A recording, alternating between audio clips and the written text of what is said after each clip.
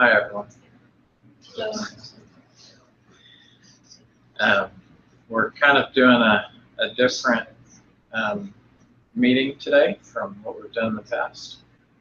We've been running for over 2 years, I think, maybe coming on 3 years now for the meetup, and we thought it was time to do another introduction type meeting. So we have a lot of new people and some other people that were here in the start, so it's kind of a perfect time. Anyways, the topic is description of software cooperatives. So we have a white paper that's out if you want to read it. This is going into a software cooperative book that Watson has been working on for the last few years, gathering stuff together, and both from our work as well as philosophy and a lot of other areas. So we'll go through and kind of give some background on where we came from, how we got here, and maybe if II wants to talk some, then we can do that as well. I'd like to get intros around if y'all don't mind. Why you're here, what you're interested in, any background you want to give. Would you like to start? Well, I think you should start. I should start. Okay. So Taylor, and I was one of the starting founders in Vulk a little over 3 years ago. Well, actually, coming on 4. Before that, I was running a freelance collective with my friend and colleague Chris over here. And it was a loose-knit group of freelancers. We had a couple of people that were kind of silent partners, and learned a lot about working remote and working with folks that are in and out and have different schedules. Had less structure, which meant you don't know when someone has a certain role or anything. So who you should go to sometimes, which means if you get heavy on one area for one person, heavy on someone else at some point. So taking a lot of that over the years, and then meeting Watson and some other folks, started talking about how you come together and do something like you see with cooperatives in the IT industry, which is not as common, and maybe taking some of the ideas that we see in like open source communities and stuff, where they have good ideas, but you end up with places that may take them and then exploit those good ideas rather than putting some other values in place. So we kicked off what's now Vulk Cooperative, and we have 4 partners, owners, and 10 to 15 associates, including Christian, who's on the line, Lucina's partner, Watson, and we have another one who may join us remotely. He's in Dallas. So a little bit about me and a little bit about Vulk. Can we go next? Yeah. Waddell Watson. I usually go by Watson. Very passionate about software cooperatives or exploitation in general. I'm a software developer by trade since 1992, so way too long. That's about it. See? Okay. My name is Lucina, and I've been with Vulk since April of 2015. Became a partner owner in probably around July 2015. And I joined because I care about how groups work together. So I have an anthropology background, so it's all about how do different groups work together. And I really enjoy Scrum product owner, and I'm also a certified Scrum master. So I try to bring in some of those ideas from anthropology and also from Myers-Briggs and from how people learn best and strengths finders, and try to kind of build the team members up where they are and try to figure out better ways to collaborate and work well together. And that's what I do. Chris. I'm Chris Klotz. Heavy background, most all the media things. hardware deployments and focusing on deploying all the beautiful pieces of software that we all create in the open source world into real tangible things that we can use. Over the past 10 years or so, my career shifted the focus to being system configuration, management, CI/CD. So I spent a stint at Chef, recently working with the Linux Foundation, some CI/CD.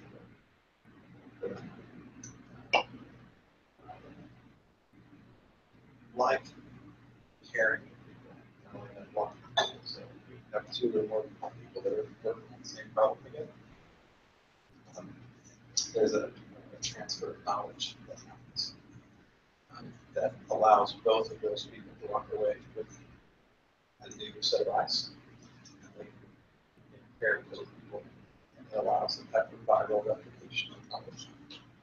That's I like to see.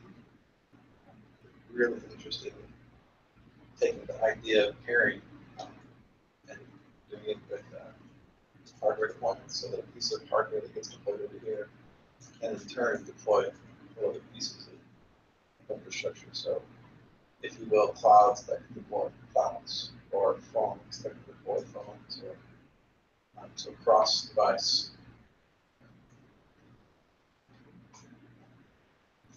So II is the co-op that Rhode Island family.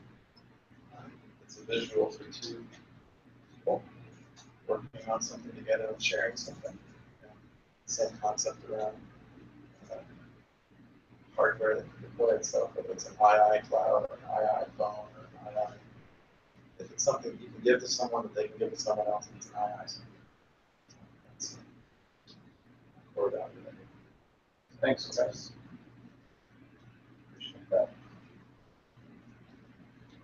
I'm Devan, and recently I've been focusing on getting the CI working for the CNCF, which is a spin-off of the Linux Foundation.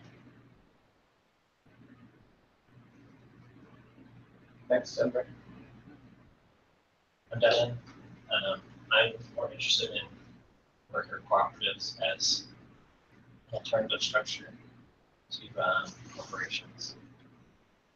And I'm interested in various different things. That's fun. I'm Juan. I'm a friend of Devan's. I'm a recent college graduate, and I'm not sure what I want to do with my life, but coding is one of my interests. Yeah. First of all, I'm Chris. I run a software company that does infrastructure automation. So, curious about what you all are talking about, but that's sort of on the other side. So I can keep that perspective. Appreciate it. I'm Bridget, and I just started work a month ago at a new software company. And I lived in a co-op housing situation, labor share. So I'm interested to see the exchange of at least terminology, if not ideals and core values between those 2 pursuits of co-op-ness. Jesse. I'm a digital strategy and UX freelancer. I met Taylor and Lucina at a co-op happy hour last week, and they told me about this event, and I thought that it was worth my time to come check it out. And I've been interested in, I guess, the intersection of like tech and leftism for a while, specifically cooperative economic structures as an alternative to venture capital. And glad to find out that there's more like-minded individuals here in town who are pursuing some of the same things. I guess that's my elevator pitch. I don't know. I'm just here, really. Be present. Yeah. Thanks, Jesse. Christian, would you like to go? I could hardly understand what everybody was saying on the other side of the room, but yeah, I'm Christian from New Zealand. Yeah, I'm doing freelance work for a while since over half a year now. yeah, that's pretty much me. Well, thanks, Christian. Yeah, he's associate with us. He's working with Co-op, and we've been collaborating, trying to help each other, and it worked out that he could work with us some on projects, so he's doing that. Thanks, Shaw. Let's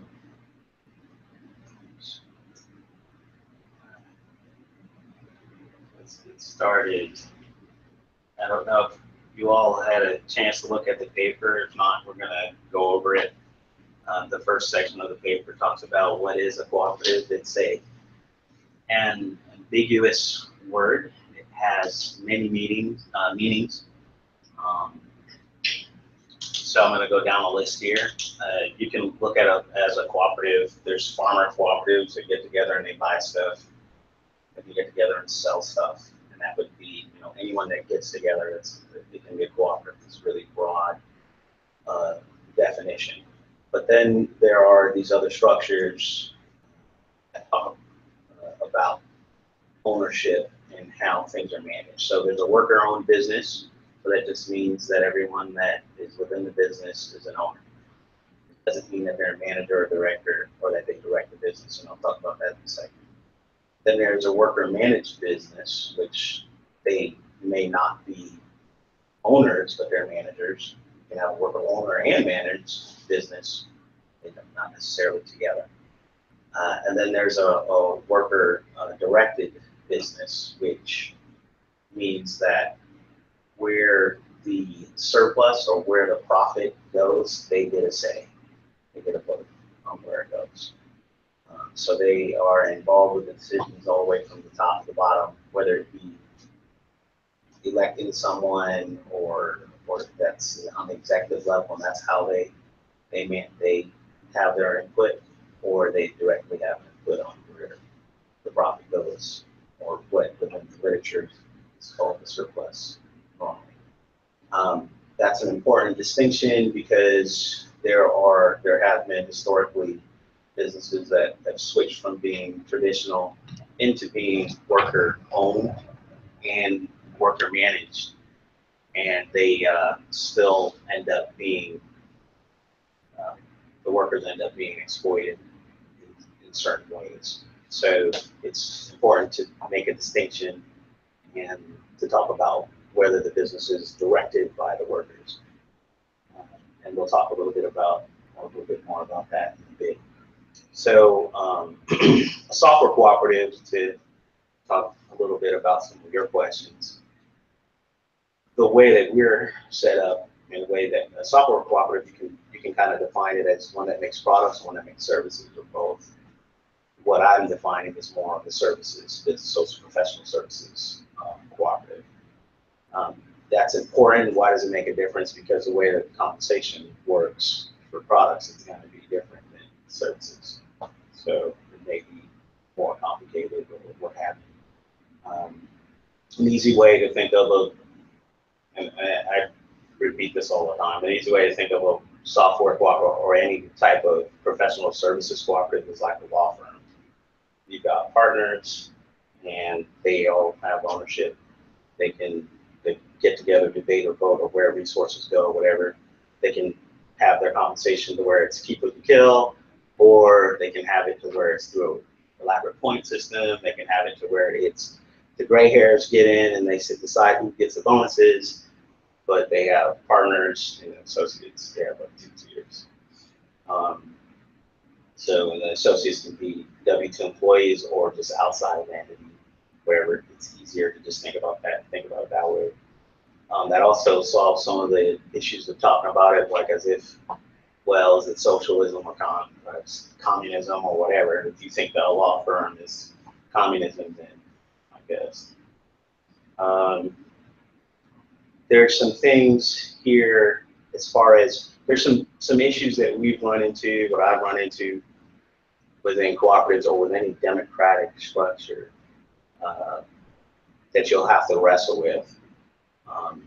The people go through these different phases where they're like, oh, let's get together with my friends and we're going to do something together and it's going to be great. And then they figure out, oh, I don't like that you get to have a say on what I'm an expert on. It's not great anymore. And now I have to actually convince you of things, stuff like that. I have to communicate. So those are, when you're dealing with any type of democracy, that's where you have to manage that. You have to be able to figure out how you communicate and all these things.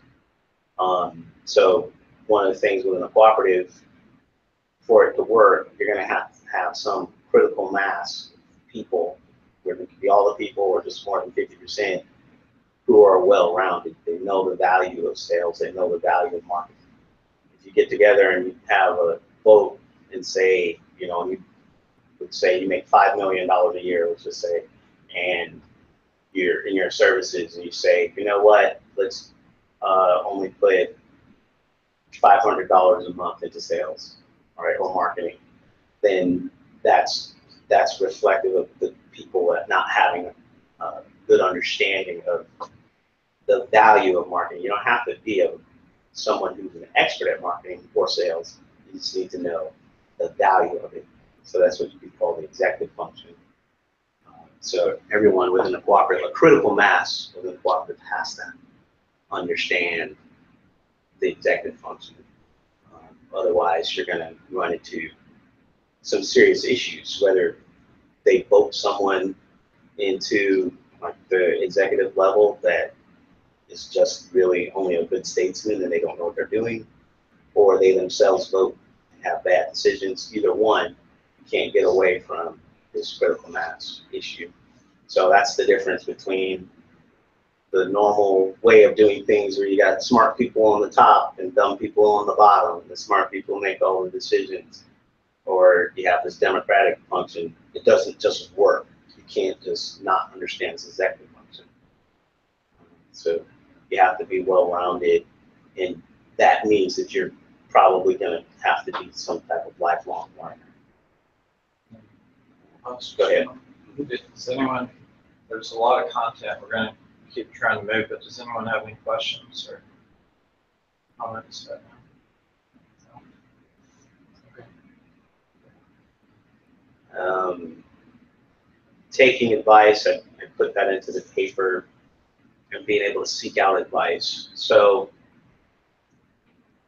let's say you have a relationship with a CPA and you're wanting tax advice. Well, you run into this issue of, if you don't know a little bit about finance, you're not going to be able to even judge a good CPA at some point.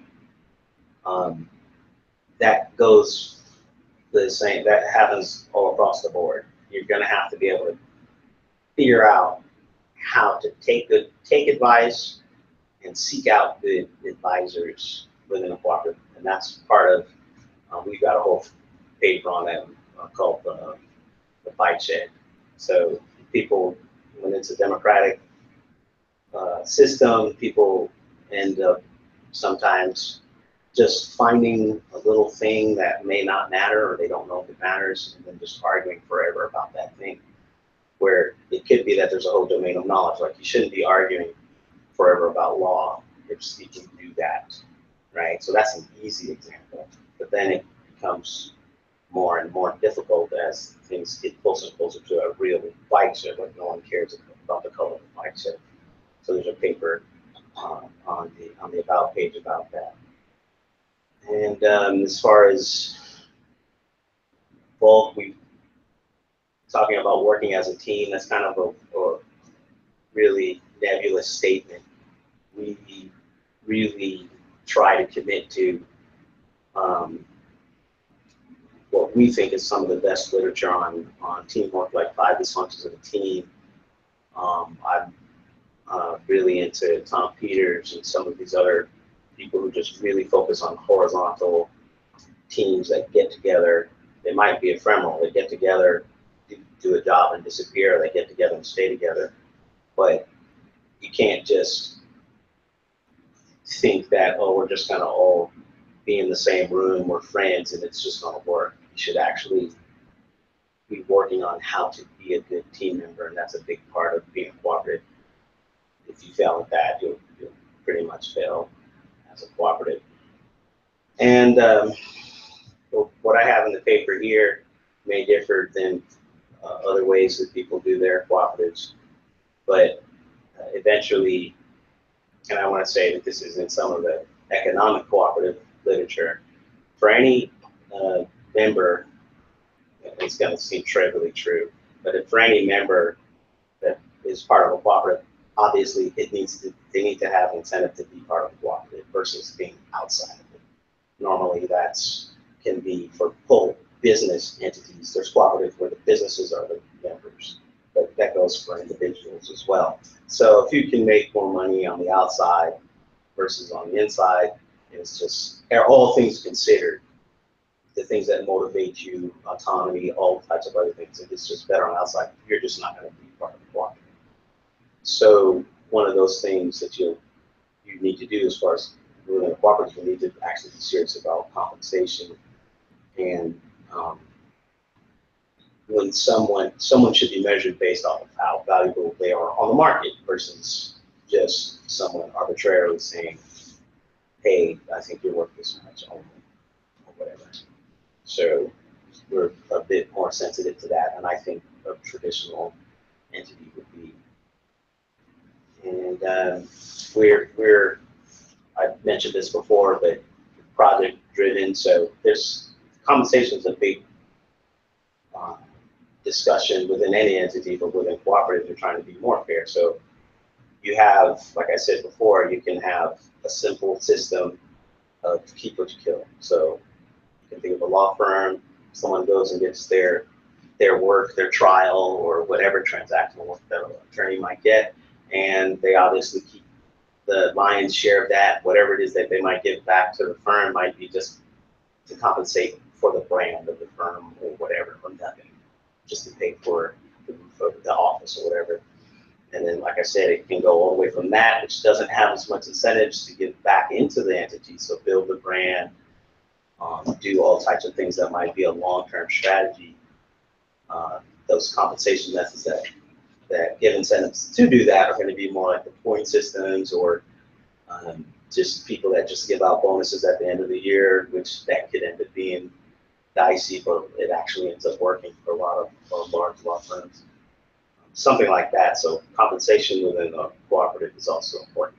Like I said, you can run a cooperative. The largest cooperative is Mondragon. There's a software cooperative with like 10,000 members in the United States. There's a bunch of cooperatives that do things all different ways. You can do it to where it runs just like a traditional business, but it ends up that every member votes for the executives and things like that. And executives hire managers and stuff like that. So that would be very similar. And the compensation system within that would be very similar. So what you would be proposed to do. So that is kind of like going over things really quickly. The last thing I put in here, cooperatives are sustainable versus traditional org. I would say an example I would probably, that Wolf brings up, who's an economist at UMass. Apple was able to create this this machine here, or your iPhone, based off of being able to hire 2 million people in China, Taiwan, and all that. And if you, at like slave wages and all kinds of things that we wouldn't tolerate here, if it was a cooperative, they most likely, a large group of people most likely wouldn't get together and vote to create slavery. So, so not necessarily they could outsource, but they probably wouldn't do it in such a way where, it takes a really focused group of people in order to do that kind of thing. And it's hard to get a large group of people to knowingly vote, hey, let's do this. Also, Wolf, you're talking about Robert Wolf. Yeah.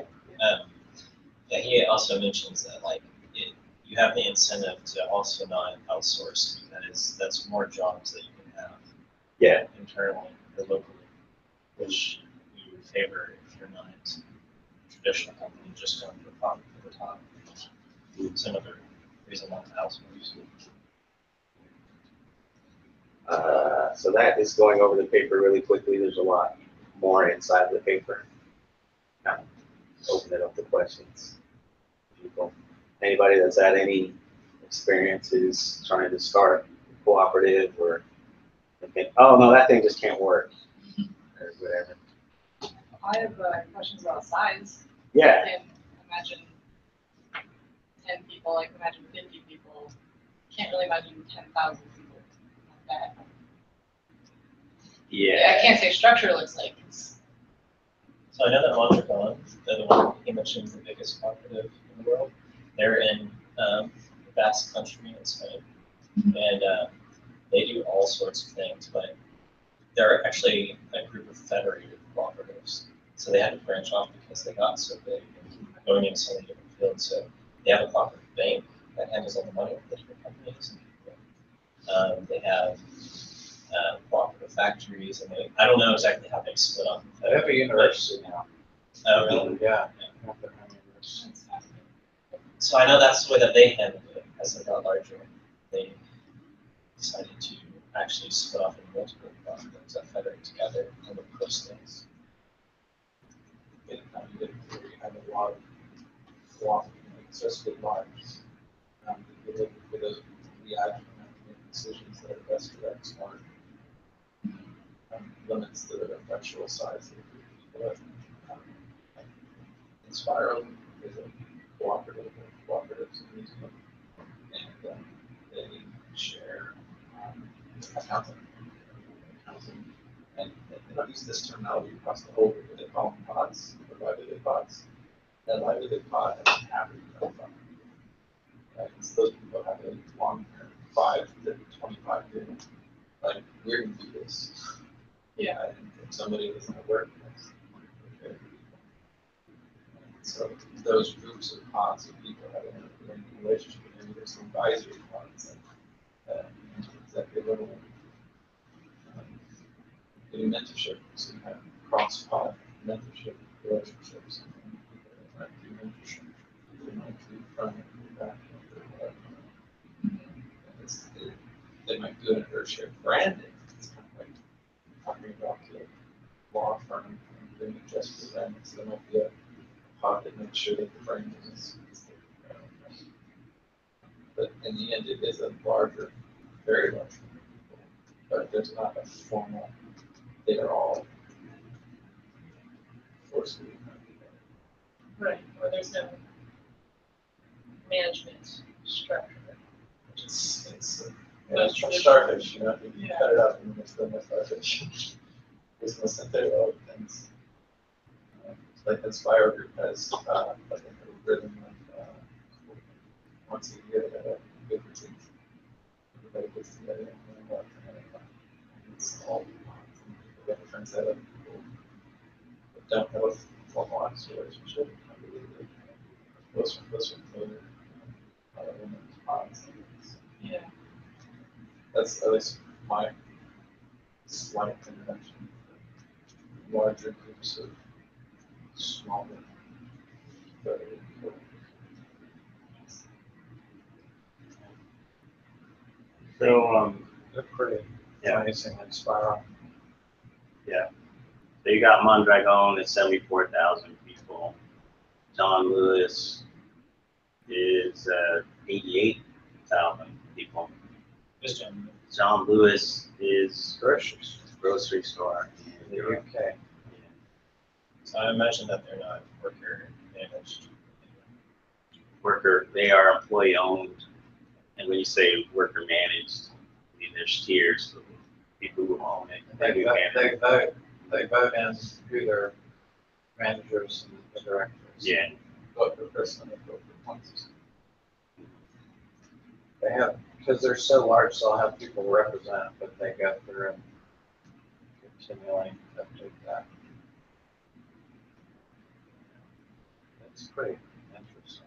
And The owners ended up putting their, the main, I guess, directing rights into a nonprofit trust, and then that is managed via all the voting. It's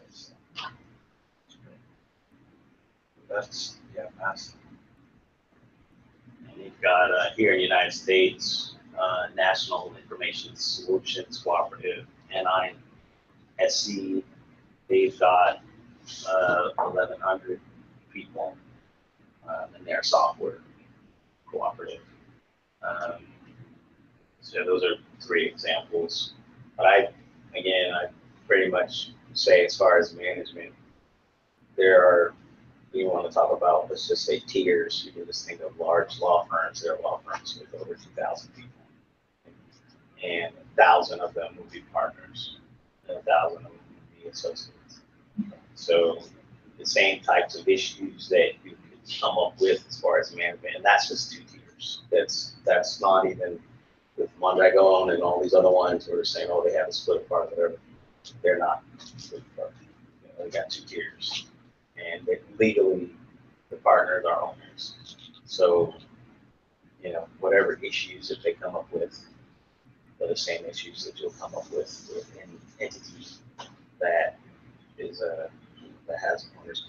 And another thing I normally bring up is it's interesting that for the profession that knows the law, that knows the rules around business structure, it's interesting they always pick partnerships. They don't pick a regular structure. So there are instances where they don't, but the vast majority of them seem to say, I think I'll be part owner. Thank you very much. So It's a good discussion.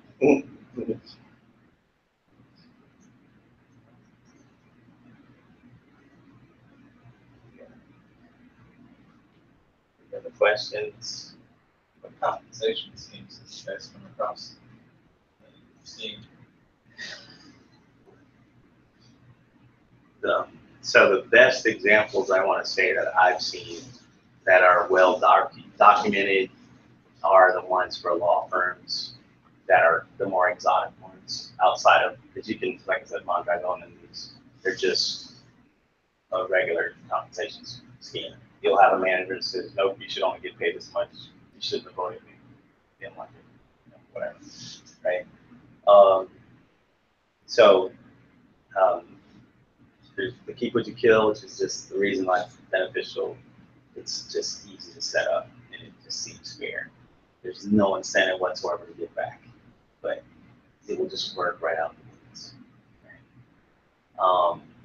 Then really most law firms, or I'll just say, you can say consultancies, professional services firms that have 2 and 3 tiers. It's kind of like what you could call, what I call a gray hair. The whole people get together and say, here's the bonuses for you. And even though you have the ability to vote or whatever, they kind of just say, we think that this is wise. And it's kind of a social thing, and it ends up working. Even though you have ownership spread,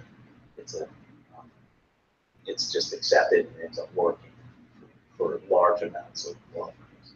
And you've got a point system where you get together and it's the most complicated. You get together and you say, hey, here's some things that, of course, you get hourly pay, and then there's a certain amount that goes to what we have pre-approved to be things that we want done.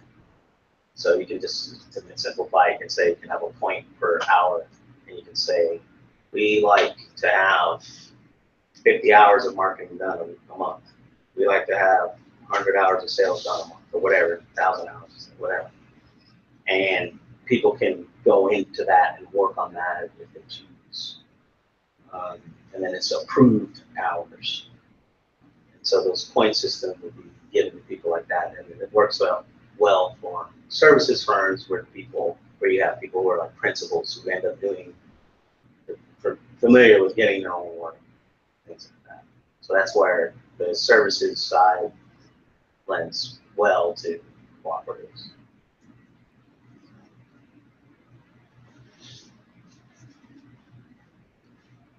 Have you guys looked at any of the ideas surrounding combating problems where the people that are higher, so anytime you have a hierarchical power structure, you're opening it up to abuse of the people lower down. Yeah. So one way, but it's also useful to have hierarchical power structure for efficiency reasons at times, or it's sometimes difficult for, let's say, if you're at a factory making something, having one person having oversight, directing people what to do, can be very useful to have, and you might want that as a team. So one suggestion for worker cooperatives is to rotate out that manager. Yeah. Rotate out positions. You guys looked at that at all? So Yeah. the tier system is dynamic, I guess, if to use your vernacular, to have the multiple tiers. The tiers are not static. So there's a contract on does that where they have elections and they put Someone else. they elect So, that kind of, to me, sounds a little bit like what Inspiral does in their ephemeral pods that aren't going to last very long. Valve does something similar to that, where someone can step up and they may be the right person to run on a project that might be a month or 3 months or 18 months, and then someone else comes in. And that's would be more tied in project. The other would be trying to mentor everyone for the executive level and trying to get people to the place where they can actually do that.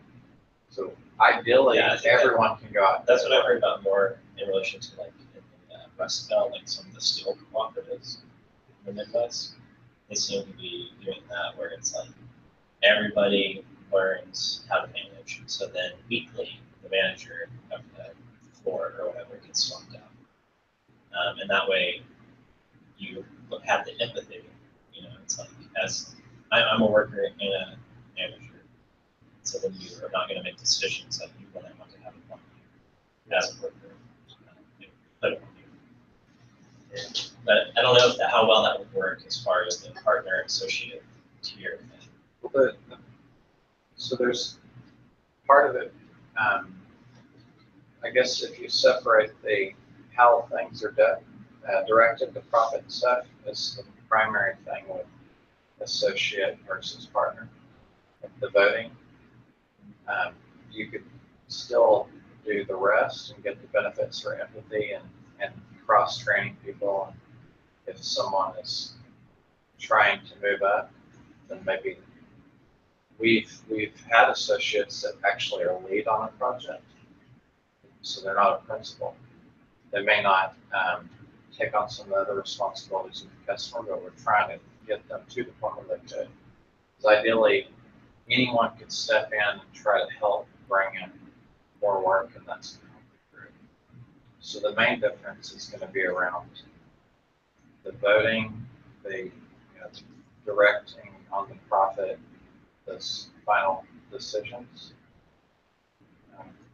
That's kind of how I take it. one thing to take into account is if you're working on a process, and this is why it's kind of different than products, so assembly lines and stuff, that those are long running things and you optimize. Where it's project is going to be someone brings in, if you're like I said, if you're bringing in like $2 million a year, and someone brings in $1 million contract, that you're going to let them do whatever they want. You're not going to switch them out for anything. You're not going to do anything to them. They're going to do whatever they want. They're just going to leave. Right? So it's kind of like there's a realism of it. Of, you know, there's going to be some type of, there's a power structure and all that stuff. You need to be able to, like you say, oh, thank you, now we're switching you out. And you're going to go over here and you won't be compensated or, you know, it's got to be like, it's not going to happen. So that's kind of real life in firms and stuff. Well,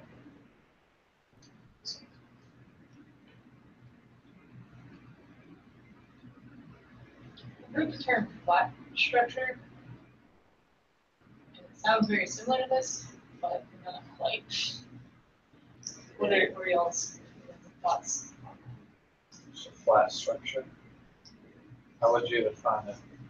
I've seen it defined as having a top level partner, CEO, and then beneath that, it's just the workers who are assembling teams with possible team leads and working through a project, but no real like that guy's in charge. You can create a billion different types of structures. If the people don't have some type of legal ownership, then, you know, it can work or not work. You know, and that, to me, I would call that a two-tier. Okay. Because you've got the smart guy on top and everyone else. Or the powerful person. Yeah, the powerful person. This person. Smart person. But yeah, there's tiers. I don't know, realistic single tiers, flat tiers that don't have some kind of, you know, it'll be like, okay, if you do have a flat tier, you still have this group of people, like your contractors, they're still associates or something. So.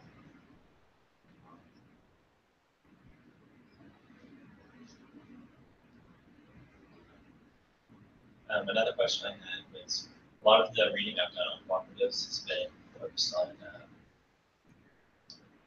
non-tech. I haven't read anything about software cooperatives actually. And so in most businesses, you're geographically localized, whereas with software and tech in general, that's not necessarily the case.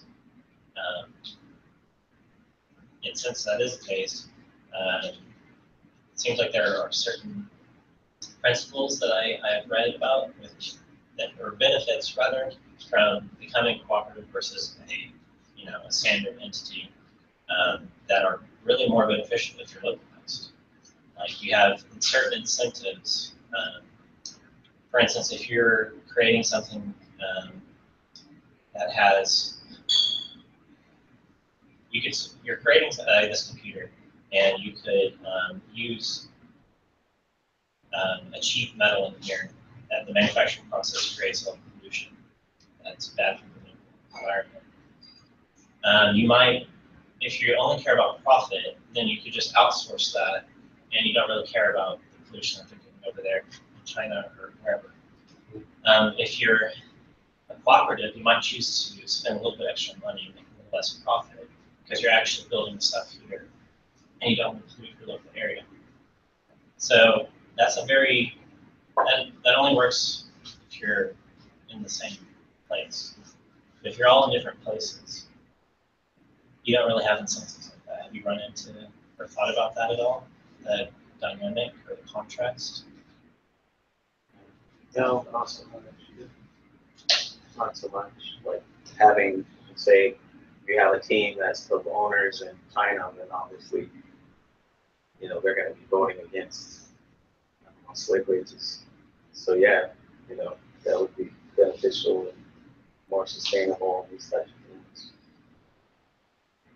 Well, you're saying you could still have it distributed, and they would be voting against that. So you still do. Yeah. I think if they're members, then even if it's distributed,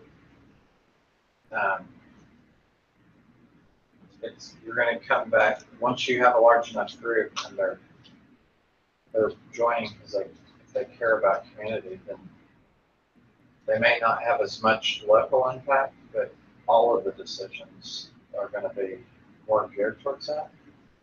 I don't think you have to make decisions that are caring about the community, but I think that if you're actually focused on the worker-directed side, then you're going to get closer and closer. So I would prefer any location that we're going to use to care about those things. If we're going to put our money into the co-working place or anywhere else, we're doing this because we care about how it affects the community. I mean, I want to build up people so that they're more effective in their communities. I don't know. I think it's more work maybe because it's distributed, but I don't see it as not possible. If we're going to outsource to some like hardware, we could always say, let's find, and we don't want to do something in China, maybe we find something in the US. I think you could still say as a group, we have people in the cooperative that are all over, but we all say, yes, we want to do that. And still find. I guess what I'm saying is like, so there's 4 people in the cooperative, or 4 executives, or whatever you call it. Partners, that's what it is. 2 of them are in one place, 2 of them are in another place, or 2 different places, let's say. They're all working together to develop some piece of hardware. It happens to be that the 2 that are together, they're going to actually be building out the hardware. They have a factory. The other 2 are just helping design it and come up with decisions if we're going to make the business. Those other 2 might be less incentivized to make a more expensive choice that creates less pollution because they're not actually having to build it. I feel like that's human nature. Yeah. So, yeah, that's what I'm saying. I agree with human nature. Yeah, for sure. Yeah. You guys haven't had any issues in that realm from like distributed? I think we actually have. We've had some stuff come up with regard to voting where we don't have all the members. And then we're talking about that are local. So then we're like, who's getting the benefits out of this versus, and trying to decide on stuff like that. I think it seems like the more members that you have that are distributed, that are actually partners or members, not just associates. Then you can start looking at stuff like what is in your community that you care about, and how can we affect that? And then if it's there, that's fine. If there's nothing, okay. But the fact that you're trying to be aware, one of our members in Dallas, we try to stay on top of different events and other things that are there and try to look at how we can affect the community. I think that has to be part of your goals, though, versus I don't think just being a cooperative is going to do that. I think you have a structure that allows you to care about the community, but then you have to put that as, okay, this is actually a value for a while. More work, though, than if you're all local, for sure. That's probably one of the biggest things that we've been trying to figure out is just how all of it works distributed. When we were doing the freelance collective, where there wasn't officially any type of distributed voting or anything. Try to get feedback and a lot of conversations online, and sometimes people would be in town, sometimes remote. But it came down to we could make the decisions. If it did. Now we're actually trying to really engage everyone and get their vote on stuff, and that takes longer. It feels stronger once the decisions are made because there's a lot more buy-in. So, like the sustainable side, once you really feel like everyone's understands something, and then we vote, even if you disagree, it's that we all really know what each of us wanted, so then that decision is more solid.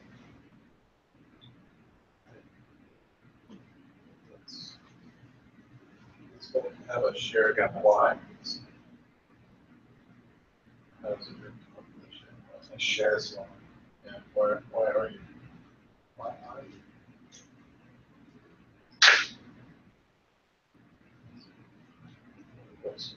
Is that a question? Yes. I guess I'm asking Vulk, does Vulk have a why? Is it something that you see with groups of people in a cooperative? So otherwise, what are you trying to achieve? I said, does Vulk have a why? Is that what? Yeah. Oh, okay. So, Yeah. Because you can say that Lavelle has a why, Mhm. Taylor has a why, Lucina has a why. They're all different whys. Every human stuff that you get together in a cooperative to convey why you are all there. It's a very, that's something that they think about. Sure. Yeah, I mean, this paper used to be called the What, Where, Why. So, and I put it out there and people edited it, so they didn't agree on it. I think a lot of it's I think for me it feels like a lot of the base things are around the exploitation. I've been in the IT industry a long time too, and seeing people that I feel are very capable, and they're in a industry. I think the IT industry actually, you can get into a place where you feel like you're free to do whatever you want, and you have someone else that's savvy enough to give you a play area, and they essentially take everything away slowly, or maybe the large share of money or whatever it is. Just seeing that is very frustrating for me. Heard a lot of the same type of expectations. From Will as well. I'll speak for you, but it feels somewhat similar to seeing it from the background. And then the collaboration trend, the strength finders, the focus functions, all of that's about trying to, the collaboration, people trying to get people to be able to learn how to work together and build something more than they could on their own, whatever that is. That's probably, I would say, the shared. There's a lot of other little things trying to work out. The distributed part probably makes it harder to do that if you're local, and I think things can move faster. The fact that we're doing this as independent, everyone is independent consultants within the cooperative, and you can choose to come or go at any point, and distributed, and then you have the cooperative side. Means that a lot of the decisions are going to be slower.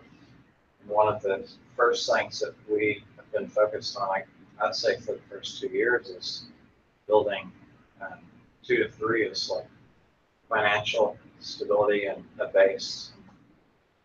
That also makes it harder. But I think a lot of these things are growing organically, and putting time into stuff like this is to spread that kind of knowledge. Also, as far as why goes, like a general one for why cooperatives, again, Robert Wolf, he says we have democracy. We say democracy is so great, and we're a democratic country or what have you. You know, we don't have democracy at work. Doesn't it make sense to have democracy in places where we should? So that's a general why, like, for any cooperative. There's a different model that seems more fair and democratic. That's fine.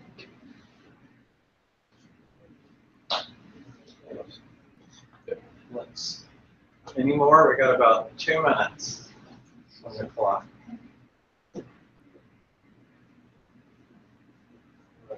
Well, thank y'all for coming. Appreciate it. What's that? Thank you guys for hosting.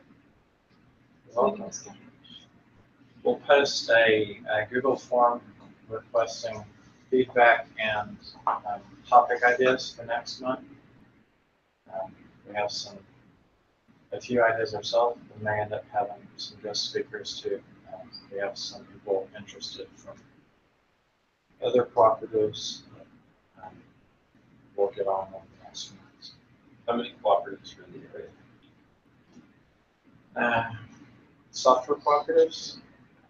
I think there's 3 or 4 others here in Austin now. I didn't know that.